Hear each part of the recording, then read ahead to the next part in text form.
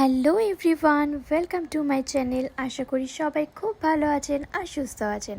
তো আজ সবার সঙ্গে একটি ছোট্ট সুন্দর ব্লগ শেয়ার করতে চলে এলাম। তো দিনটি ছিল অক্ষয় তৃতীয়ার একটা শুভ দিন। তো ওই দিন ছিল আমার ছোট্ট তানিষ্কা সোনার অন্নপ্রাশন। আমার ভাইয়ের মেয়ে তানিষ্কার অন্নপ্রাশনের দিন আমরা সবাই মিলে আশ্রমে চলে এসেছিলাম।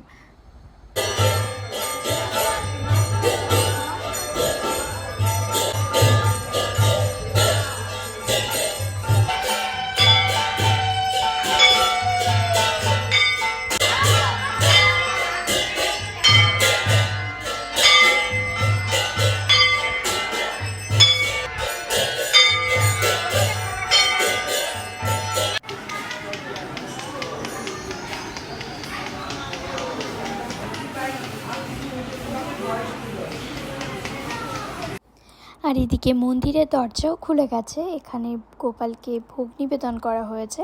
তো সেই ভোগের অন্ন দিয়েই কিন্তু আজ হবে অন্নপ্রাশন। তো আজ এখানে 3টে বাচ্চার অন্নপ্রাশন হবে। আমার ভাইয়ের মেয়ের সঙ্গে আরও 2টো বাচ্চাও আছে।